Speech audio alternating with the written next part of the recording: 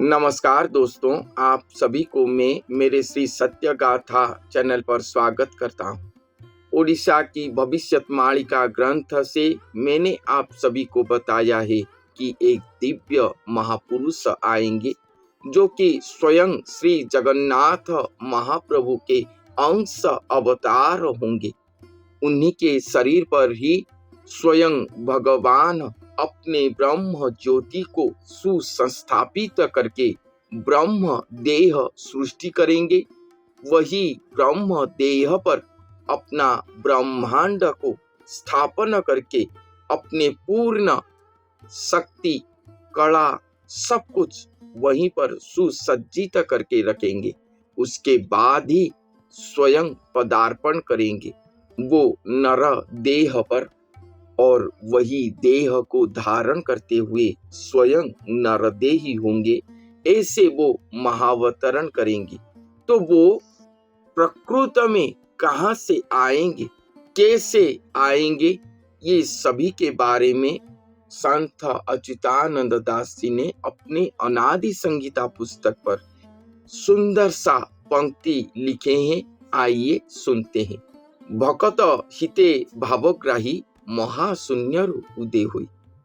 यहाँ पर कहते हैं कि वो दिव्य भक्त स्वरूप उन्हीं के हित के लिए स्वयं भावग्राही महाशून्य से आएंगे धरती को। उसके बाद कहते हैं से प्रभु ज्योतिर्मयधारी महाशून्य अवतरी ब्रह्मांड नाभिजाक नग्र पड़ी जेथिला महाजोग से जोग ध्याने ब्रह्म राशि मृत्यु मंडले परकाशी ब्रह्म अंशरे अवतार अशेष ब्रह्मांड ठाकुर प्रथम रूपटी आंभरी द्वितीय रूप ब्रह्मचारी। संत यहाँ पर लिख रहे हैं कि वो जो महाशून्य से आएंगे वो कौन होंगे? वो स्वयं अशेष ब्रह्मांड के ठाकुर होंगे, स्वयं सृष्टिकर्ता होंगे, जिनके स्वरूप ज्योतिर्मय स्वरूप होगा, ज्योतिर्मयधारी स्वरूप होगा। वो महाशून्य से अवतरण करेंगे। कहाँ अवतरण करेंगे? ना ब्रह्मांड नाभिजाक नग्र, जहां पर महाजोग पड़ा होगा। ब्रह्मांड नाभिजाक नग्र, एक नाभि स्थान जहां पर ब्रह्मांड रहा होगा, वहीं पर महाजोग पड़ेगा। और वही महाजोग ध्यान पर स्वयं ब्रह्म राशि मृत्यु मंडल में प्रकाश होंगे। और ये जो प्रकाश होंगे, कहां पर प्रकाश होंगे? ना एक ब्रह्म अंशी पहले से अवतार लेकर रहे होंगे। पहले से एक ब्रह्म अंशी अवतार लेकर धरती पर रहे होंगे। वही ब्रह्म अंशी के शरीर पर स्वयं अशेष ब्रह्मांड ठाकुर महावतरण करेंगे। दो स्वरूप एक देह पर रहेंगे, इसलिए उसके बाद कहते हैं कि वहां पर दो स्वरूप होगा। पहला स्वरूप जो होगा वो हमारा होगा, प्रथम रूपटी आंभरी द्वितीय रूप ब्रह्मचारी। पहला स्वरूप जो होगा वो हमारा होगा, मतलब स्वयं श्री जगन्नाथ महाप्रभु उनका होगा। और द्वितीय रूप जो होगा वो ब्रह्मचारी की होगा, मतलब वो ब्रह्म अंशी अवतार पुरुष, वो भक्त स्वरूप, वो दिव्य महापुरुष उन्हीं का स्वरूप होगा। दोनों का मिलनात्मक स्वरूप एक नर देही के अंदर स्वयं सृष्टिकर्ता अपना दिव्य ज्योतिर्मय स्वरूप रख के रहे होंगे, ऐसे रहे होंगे। ऐसा बात यहाँ पर लिखे हैं। यहाँ पर स्पष्ट रूप से लिखते हैं कि स्वयं अशेष ब्रह्मांड के ठाकुर स्वयं सृष्टिकर्ता जो हैं वो कलियुग की अंतिम लीला समय पर महावतरण करेंगे। उनको आवाहन करने के लिए एक ब्रह्म अंशी आएंगे धरती पर। एक ब्रह्म अंशी मतलब स्वयं भगवान के एक अंश स्वरूप जन्म लेकर रहे होंगे, भक्त रूप में रहे होंगे, महाजोगी महाऋषि ब्रह्मचारी स्वरूपी वो होंगे। उन्हीं के अंग पर स्वयं ब्रह्म सुसंस्थापित होगा और ब्रह्म व्याप्त के कारण उनका शरीर ब्रह्म देही कहलाता होगा और वही ब्रह्म देही पर ये ब्रह्मांड 21 पूरा सुसंस्थापित होके रहा होगा। इसीलिए इस ब्रह्मांड पर जो भी है सब कुछ उन्हीं के शरीर पर रहा होगा। जैसे हम 6 फुट का मनुष्य हैं, मगर हम जब हमारा छोटा सा फोटो निकालते हैं बस वैसा ही दिखाई देता है, मगर बहुत छोटा सा पासपोर्ट साइज भी हो सकता है। ये जिस तरह से है, ये पूरा ब्रह्मांड इतना बड़ा है, मगर महातत्व पर इस ब्रह्मांड को नर देह पर सुसंस्थापित किया जाएगा। इसलिए इसको पिंड ब्रह्मांड तत्व है। ये हमारे वेद शास्त्रों पर भी वर्णित है। इस शरीर में पिंड ब्रह्मांड तत्व में ये पूरा ब्रह्मांड को रखा जाएगा और सभी देवी देवता मुनि ऋषि यक्ष किन्नर सब आके स्वरूप में अपने अपने स्थान में बैठेंगे, क्योंकि स्वयं सृष्टिकर्ता वो शरीर में आने वाले हैं। ये सब मैं मन से नहीं कह रहा हूँ, पूरे पुस्तक प्रमाण उक्ति सहित पहले से आपको सुना चुका हूँ। तो वही शरीर के नाभि स्थान में महायोग पड़ा होगा, क्योंकि वो शरीर के नाभि स्थान पर ही ब्रह्म सुसंस्थापित हुए होंगे। वो शरीर के नाभि स्थान पर ही स्वयं ब्रह्म सुसंस्थापित हुए होंगे और वही स्थान पर ही महायोग पड़ेगा।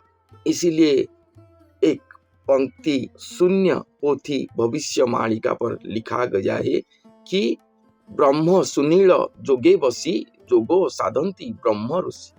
ब्रह्म सुनील मतलब सुनील कौन है? श्री कृष्ण नारायण प्रभु श्री राम प्रभु जो कि ब्रह्मदेही है, वो आके मानव शरीर में बैठ के स्वयं साधना कर रहे होंगे। ब्रह्म सुनील जोगे बसी योग साधना पर बैठे होंगे। योग साधंती ब्रह्म ऋषि, स्वयं ब्रह्म ऋषि साधना कर रहे होंगे। तो वहीं पर महायोग पड़ा होगा। पिछले एपिसोड में मैंने सुनाया था कि वो शरीर में देह यज्ञ होगा, कोई बाह्य यज्ञ वो नहीं करेंगे, देह यज्ञ वो करेंगे और ब्रह्म के सुसंस्थापन के कारण स्वयं ब्रह्म विद्यमान के कारण वो देह ही यज्ञ कुंड बन गया होगा और वहीं पर ही देह यज्ञ चल रहा होगा। तो वही यज्ञ के कारण, वो महायोग के कारण स्वयं सुनील ब्रह्म स्वयं श्री कृष्ण प्रभु के महायोग ध्यान के कारण स्वयं अशेष ब्रह्मांड के ठाकुर वहां पर महावतरण करेंगे, पदार्पण करेंगे वो शरीर में। और ये ब्रह्म देही हैं, इसीलिए स्वयं महाब्रह्म देही जो महाकृष्ण है, जो स्वयं सृष्टि करता है, जो ये पूरा ब्रह्मांड सृष्टि होने से पहले थे, जो पूर्ण संपूर्ण स्वरूप में आज तक कभी भी नहीं आए थे, वो स्वयं स्वदेह पर आएंगे।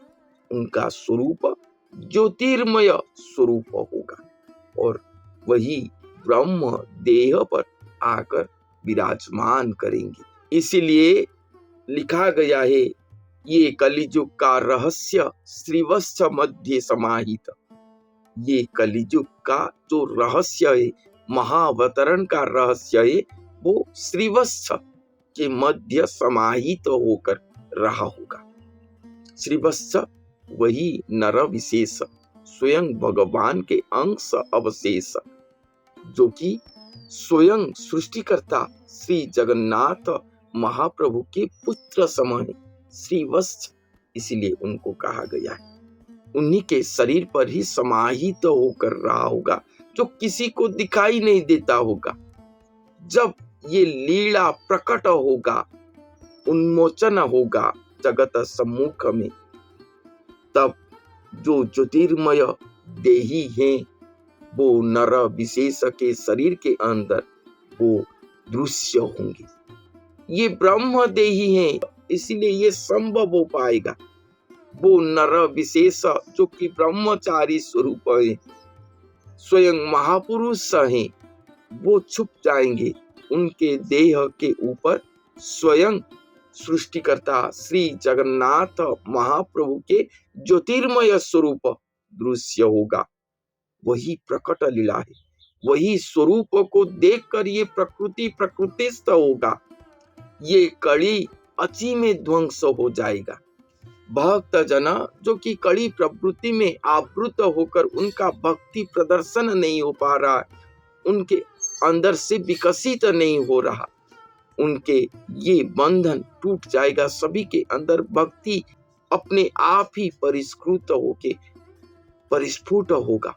और जो दुर्जन है, चाहे वो दुष्ट वेश में रहे हो, शिष्ट वेश में, साधु वेश में रहे हो, वो अपने आप ही मृत्यु की ओर जाएंगे, अपने आप ही वो सब ध्वंस हो जाएंगे। कड़ी संपूर्ण ध्वंस हो जाएगा उन्हीं के स्वरूप को देखकर। और युद्ध की जो कहते हैं कि युद्ध होगा, भगवान आके खुद लड़ेंगे, ऐसा कुछ होने वाला नहीं है। ये हो सकता था अगर स्वयं नारायण कल की लीला करते, वो कल की लीला करते तो युद्ध वगैरह होता, मगर ये स्वयं सृष्टिकर्ता को लेकर आए, स्वयं जो कभी भी नहीं आए थे, जिनके आगमन के बारे में वेद शास्त्र सभी अज्ञात होकर रहे हैं। त्रिदेवों को भी ये बात ज्ञात नहीं हुआ होगा। देवी देवताओं की बात छोड़ दो, मुनि ऋषि तो और कोई भी नहीं, तो ये आएंगे और सृष्टिकर्ता के साथ कौन भला लड़ाई कर सकता है। वो तो इच्छा मात्र ही सब कुछ कर देंगे, उनका इच्छा मात्र ही सब कुछ समाधान हो जाएगा। एक दुष्ट दुर्जन भी उनके बिना इच्छा पर चल नहीं पाएगा। स्वयं सृष्टिकर्ता के विरुद्ध जाकर शत्रुजन, दुष्ट दुर्जन, म्लेच्छजन, उनके आत्मा ही अपने आप ही मर जाएगा, तो उनके साथ कौन शत्रु करेगा, कौन लड़ाई करेगा। ये एक स्वतंत्र नूतन अध्याय है जो कि उड़ीसा की भविष्यवाणी का ग्रंथों में गुप्त गुप्त महागुप्त होकर रहा है। यही है कलियुग का रहस्य जो कि आखिर समय में उन्मोचन होगा सभी के सामने। कब होगा? जब नीलाद्री तत्व प्रदक्षिण होके नीलाद्री सत्व प्रदर्शन होगा। नीलाद्री सत्व मतलब स्वयं श्री जगन्नाथ महाप्रभु स्वयं प्रदर्शित होंगे नर देह पर, तभी ये कलियुग का अंत होगा। और वही लीला को इंतजार करते हुए हम बैठे हुए हैं।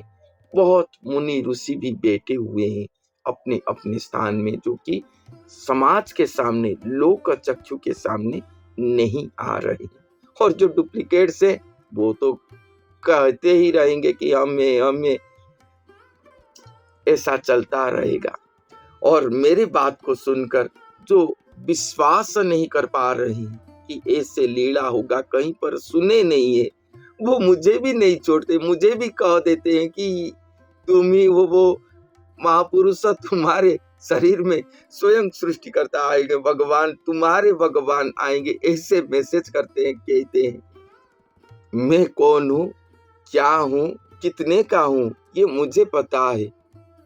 मनुष्य जितना ऊंचाई तक जाए, कहा गया है कि अपने औकात को वो भूलना नहीं चाहिए।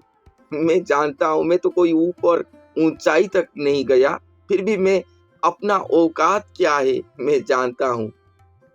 भक्त होने की योग्यता मेरे पास नहीं है, मैं बस अपने गुरुजी के शिष्य होने की कोशिश करता हूँ। इतना मेरा योग्यता है, ये मैं अच्छी तरह से जानता हूँ। मगर ये कहना मतलब आपकी दृष्टि खराब है, आप भगवान कौन है ये अर्थ नहीं समझते, नहीं जानते। महापुरुष क्या होते हैं ये आप नहीं जानते, इसलिए इस तरह की मंतव्य दे रहे हैं। ठीक है, आपकी सोच आपके पास, हम हमारे स्थान में। आज के लिए इतना ही। धन्यवाद।